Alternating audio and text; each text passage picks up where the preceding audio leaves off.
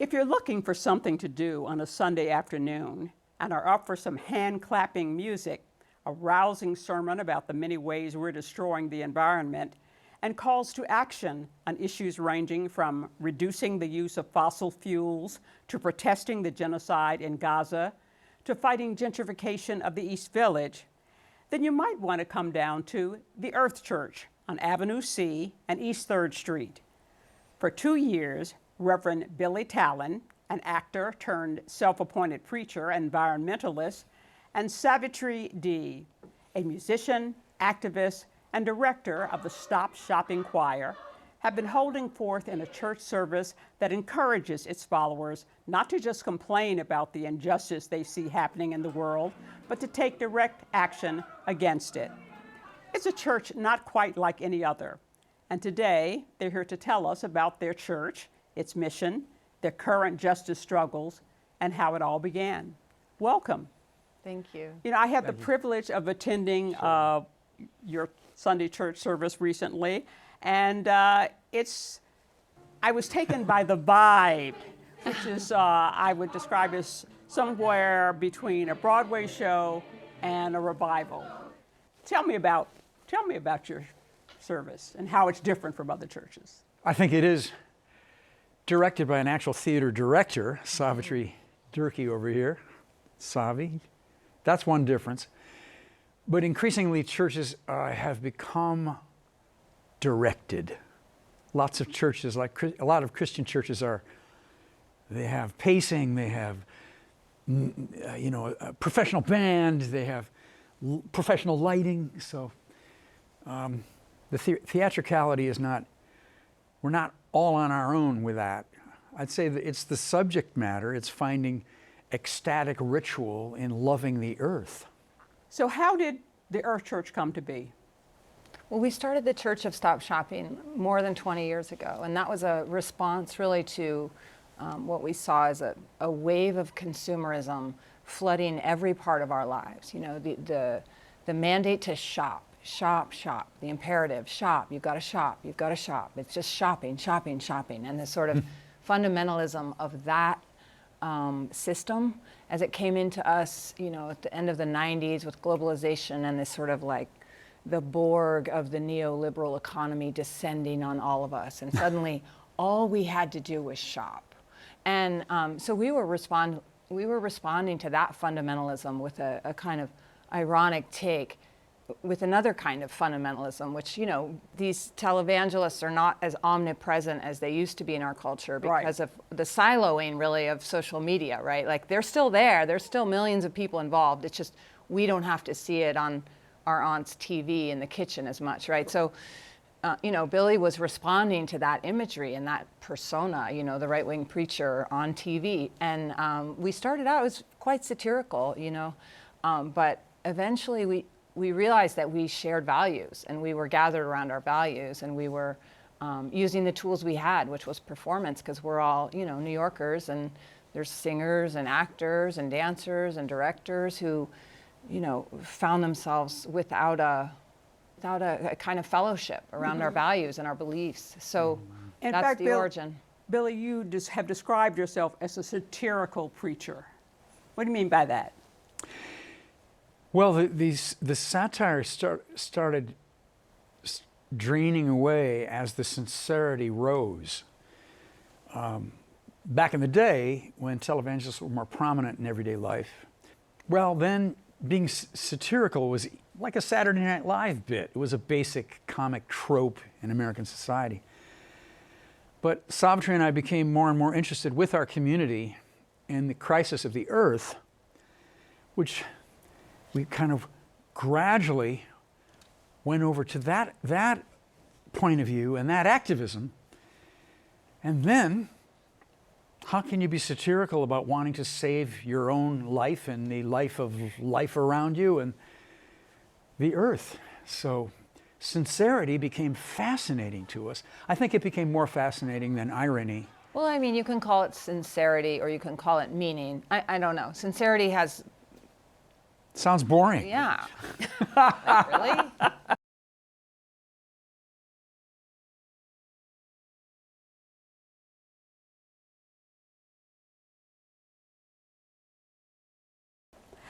Crimmigration. Yes. What is it? Tell me about it.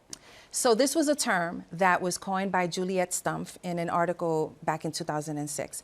And she used it to describe the intersection between immigration, which is a civil law matter, and criminal law, right? Immigration and criminal law, crimmigration, because what we started to do as of the 1990s is we started to pass legislation that increasingly criminalized a lot of immigrants and made it easier to deport immigrants. There were a bunch of legislation, the IRA Act. You had a bunch in the 1990s passed by the Clinton administration where it made it easier to deport people for minor infractions. And so what you started to see— You mean who had committed just minor crimes? And we're talking about running a stop sign, right? We're talking about probably, public drunkenness, which, any parade in any city, you see it all the time and nobody does anything about it. Yeah. Very minor infractions. In fact, it's hard to even call them crimes, infractions, and they're getting deported for these things. And so what started to happen was that the immigration system became a lot more punitive and started to work closely together with the criminal justice system. And so you had detention centers that started to explode in population, and they looked like jails, and they were run by people who were dressed like the people who run jails. They're not jails, they're called detention centers, but they look just like jails, right? And so the way we started to treat immigrants started to become less civil and more criminal law minded. Yeah. And that's the intersection. You have talked about the impact of deportations. Tell me about that. So what happens is any person who is not a citizen, including people who have green cards, green card holders are called lawful or legal permanent residents, but anyone who is not a citizen can be deported, anyone. And so what happens is that liminal status, right, that you have this imminent deportability status, it kind of impacts your everyday life. And when I started to conduct this research, it was about the fear of being deported. And I expected during my research people to tell me, well, I don't commit crimes. I make sure that I avoid the police. Maybe I avoid any situation that might make me, come into contact with police. But and I did get that. But I also started to hear words like depression, anxiety, suicide. I started to hear words that were very symptomatic of trauma. And what everyone universally told me is that they always thought about deportation. And the way it impacted their lives was a very traumatic psychological way. And so what we have is an entire population of people who, both undocumented and documented, who feel they're not wanted, they don't belong. I mean, I had people who had been living here in this country for decades. Their children were born here, going to college, and they didn't feel like they belonged. They didn't feel this was their country. We had people who were constantly depressed. We had them talking about that they would always say goodbye to their children every day because they didn't know if they were going to see them at the end of the day. And so it was just a terrible situation to be in, especially when we say we're a nation of immigrants, especially when we say, my research is conducted in New York, and we're a sanctuary city, supposedly. We are an immigration-friendly city, and yet you had an entire population of people who have this liminal status that really impacts them.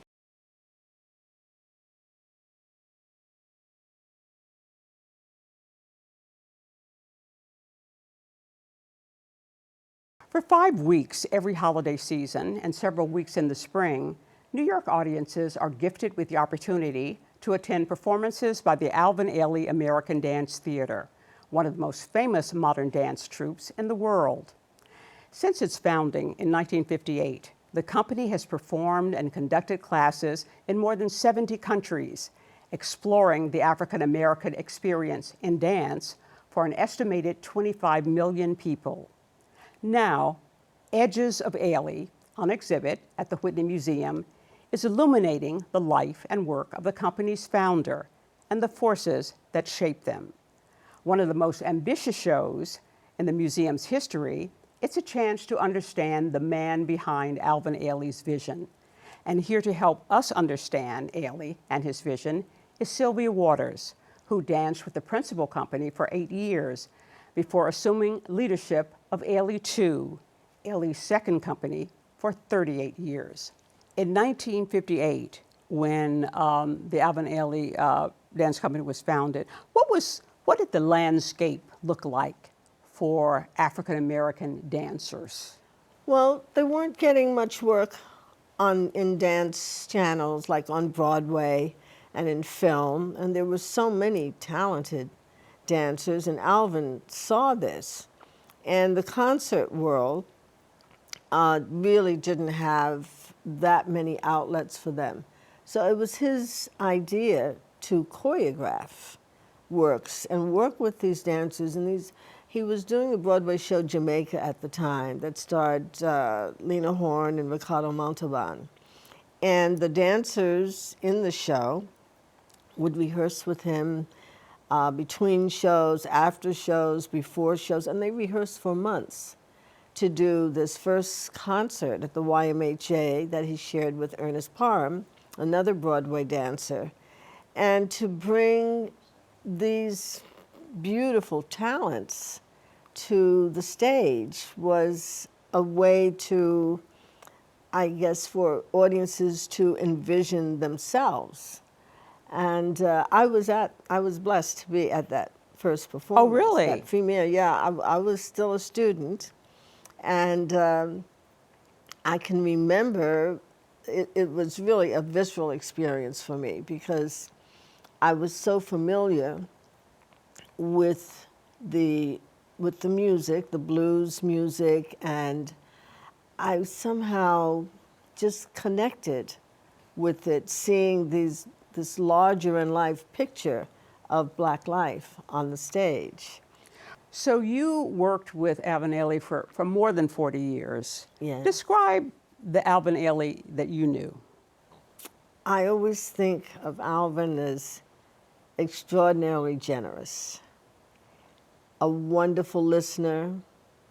He loved people. He always wanted to hear what you felt, what you thought. When he was choreographing, he really felt you were the only dancer in the room at times, even if it was a group work. Very personable, great sense of humor. He would tell the same joke over and over and laugh at it. He would, but he loved people. And he was always interested in what one was feeling, what was thinking. And he encouraged us always to, he said, dancers, you can't just eat, sleep, and drink dance. You have to read. You have to go to museums. You have to explore other types of theater and music. And when we travel, you have to go and see, the wonderful treasures and the culture, and taste the foods and the smells and know the people of that particular place, because that way you experience life. Right. You bring life to what you do. You bring life to my steps. And I would imagine that was one of the reasons for the connection with Fordham, for the dancers to be able to have an education beyond just dance. Exactly. Yeah. Exactly. Because I had gone to Juilliard, and I graduated Juilliard before I started dancing with any companies. He was also amazingly prolific. He created about 80. 79 ballets. Wow. Yeah. That's a lot. Yeah. And I've often marveled at how he was able to take this company from appearing at the 92nd Street Y in 1958 to the huge program that it is now. Kind of like an accordion. Right, with that amazing building on 55th Street and with all of the programs. He must have been, in addition to being very talented, he must have been quite a salesman.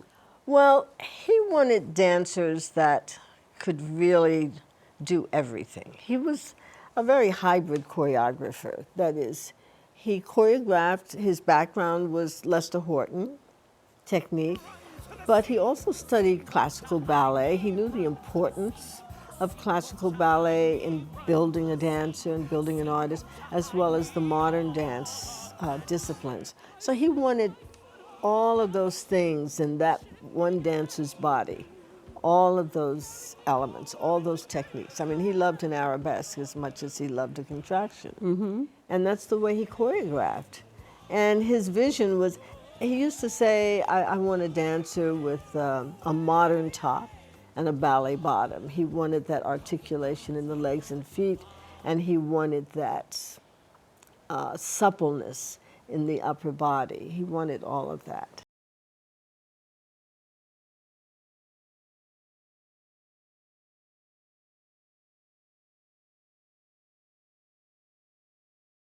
Are all lives a story of missed opportunities, moments that almost happen but never do?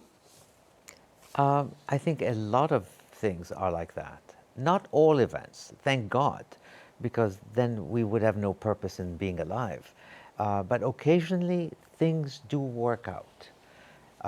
Suddenly the sparks catch, the fire is there, and you're lucky if you notice it, and at a certain age you need to grab it because it's not going to wait for you. Otherwise, most times people think, oh, this was a lovely encounter, we had a great time and we'll never meet again. And that happens too.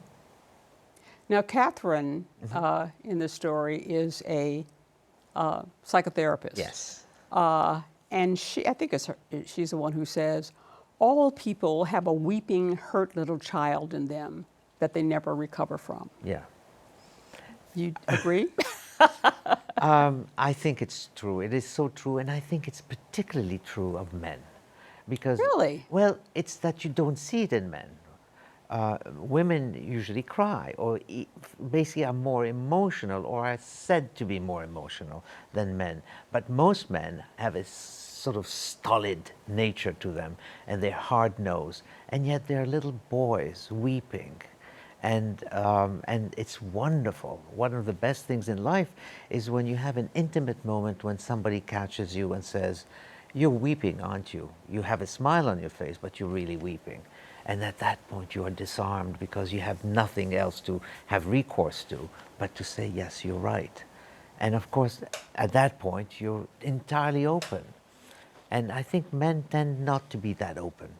But I also think that, about the weeping child, I think that the nasty remark that somebody made to you when you were 5 years old, the guy who stood you up, Oh, yeah. you know, when you were in college, the job that you didn't get. I mean, I think these things haunt you to the grave in sometimes. Yes. I mean, I think so. Yes, they do, and they haunt you. And the same way that I would say, just to fix it a bit, is to say that shame, the things that you've been ashamed of when you were 3, 5, 10, 15, whatever, you're still vulnerable to them today, past a certain age. We're not going to specify which age. But basically, whatever hurt you back then still hurts you now. You still feel that shame. Yeah, you still feel that shame is there to stay. I know you believe in love at first sight because you told me so Yes. years ago Okay. when we talked. And that certainly shows up in your writing. I mean, Call Me by Your Name, Elio. Is it Elio or Elio? Elio. Elio and Oliver. In Find Me, Elio's father, a much older man, Yes. meets a very young woman on a train, and love at first sight there. And also in the story of Paul and Catherine, who we've just been talking to, the story of how Paul's father met Paul's mother. Do you think love at first sight is primarily a reaction to physical beauty or something else? It might be. It might be a reaction, but actually it's not just the perfection of the features that matters. It's the energy that somebody sort of exudes. And you react to that energy right away. Sometimes you don't at all, and yet the person is supposed to be the most beautiful person in the world. On the other hand, the ugly person who doesn't have the right features and yet exudes this kind of energy that seems to scintillate and to stir you up entirely. And that is the most wonderful thing in the world. So it's not looks that I'm interested in. It's more the combination of energies. Now, we don't know what Paul and Catherine decided to do ultimately. Right. You know, whether they fulfilled their dream of fantasy of flying off to Naples together, or whether they stayed with their spouses. But they did act on impulse in becoming lovers. You obviously believe there is value in acting on impulse. Yes, I do. And I'm the most unimpulsive person on earth. Are you? But at the same time, every time I acted on impulse, every time I lost something was for the best. And I've always been like, you should act more on your impulses. No, I tend not to act on my impulses. But the times that I have acted on them were fabulous. Okay, okay. And I think that the reserve that I have, the withdrawal that I project, protects me, and at the same time, it doesn't necessarily block me. It just lets things happen when they should.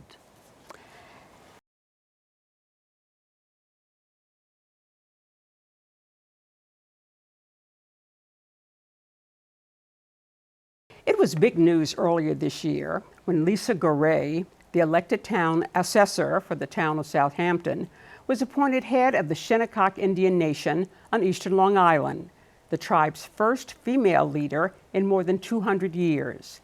It probably was also news to many that an Indian reservation even exists on Long Island, right next to one of the area's most affluent beach communities. How did the Shinnecock Reservation come to be? How many people live here? What are the tribe's plans for the future? And what's the nature of their relationship with the residents of the town next door? Here to answer these questions is Lisa Goray, chair of the Tribal Council of the Shinnecock Indian Nation. Welcome. Hi, Cheryl. Thank you for having me. So how unusual is for a woman to be elected a tribal leader? Very unusual for the Shinnecock Nation. As you mentioned in your opening, it's been over 200 years since we had a female that represented the tribe, the leader of the tribe. But at some point, women were the leaders of the tribe, and that changed at some point. What happened? So back in 1792, when we began treaties and negotiations with the state over our land rights, we were forced into a three-man trustee system. So prior to 1792, we did have a female that was the head of the tribe. She was actually called Sun Squaw. And we still have a Sun Squaw currently, but she's not the head of the tribe. So give me just a very brief history of the Shinnecock tribe. Have they always been on Long Island? We have existed on our territory on Long Island for over 13,000 years. And you were originally fishermen, I understand. Fishermen, hunters, whalers, yes. And you originally had a whole lot more land than you do now. Yes, we did. We actually inhabited from Montauk all the way to Brookhaven back in the 1600s prior to the settlers arriving.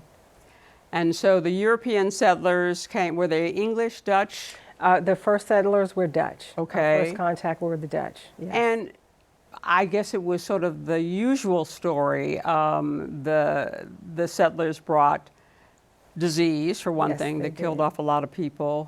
In some cases, just murder, and certainly appropriation of land. Yes. When did the reservation, which is what, 800 acres? About right? 800 acres we now reside on. When was the reservation created? Well, back in around 1859 is actually when we were placed on what we now call the neck of Southampton Village.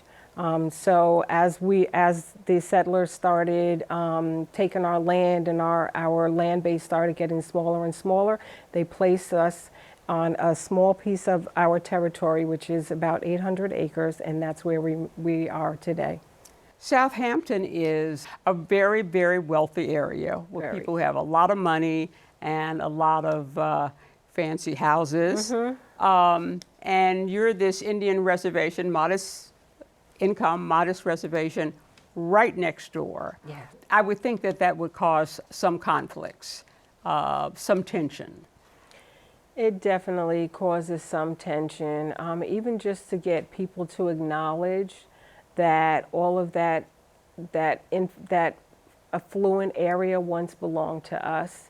And you know, we can look out across the bay and we see these beautiful, you know, mansions going up. But then when you look out across the other way, if you were to look from the side of those mansions, you look across our way, and you don't see that. I mean, we preserve a lot of our beach land, so it's open. But just to look across the water and look at all those mansions that once were ours, and a lot of those people don't even know that we exist. They don't even know that they're looking at a reservation across the water. You know, once I heard someone say, well, you know, they can't have everything. Well, we don't want everything. We just want what's rightfully ours.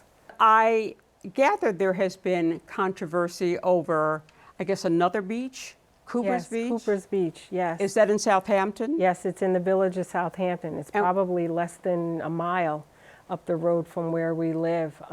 So what was the issue? So that beach is where our ancestors used to fish and whale.